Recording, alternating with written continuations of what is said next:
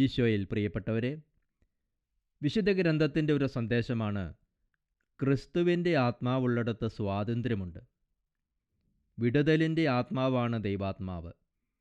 ദൈവത്തിൻ്റെ കർമ്മങ്ങൾ ചെയ്യുന്ന കരമായിട്ട് പരിശുദ്ധാത്മാവിനെ വിശേഷിപ്പിക്കാറുണ്ട്. ഇസ്രായേൽ ജനതയെ ദൈവം ഫറവോയുടെ അടിമത്തത്തിൽ നിന്നും സ്വതന്ത്രമാക്കി മരുഭൂമിയിലൂടെ നയിച്ച് നിയമങ്ങൾ നൽകി തൻ്റെ സ്വന്തം ജനമാക്കി മാറ്റി. ഈശോ ഒരിക്കൽ ആ ജനത്തോട് പറഞ്ഞു, ഫരിസേയരുടെ നീതിയേക്കാൾ വലിയ നീതി നിങ്ങൾക്കുണ്ടായിരിക്കണം. ഒറ്റ നോട്ടത്തിൽ ഇത് അസാധ്യമായിട്ടുള്ളൊരു കാര്യമാണ്.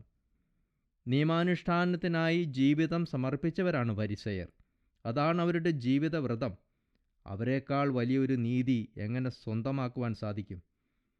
എന്നാൽ ഈശോ ഇവിടെ ഉദ്ദേശിച്ചത് ആത്മാവിൻ്റെ നിയമങ്ങളാണ് നാം അനുസരിക്കേണ്ടത്. സഹോദരനോട് കോപിക്കുക പോലും അരുത് എന്ന് പറയുന്ന നീതി, ശത്രുവിനോട് ക്ഷമിക്കുകയും കരുണ കാണിക്കുകയും ചെയ്യുവാൻ നമ്മെ പ്രേരിപ്പിക്കുന്ന നീതി, ഇത് സാധിക്കുന്നത് ദൈവാത്മാവ് നൽകുന്ന സ്വാതന്ത്ര്യം കൊണ്ടാണ്.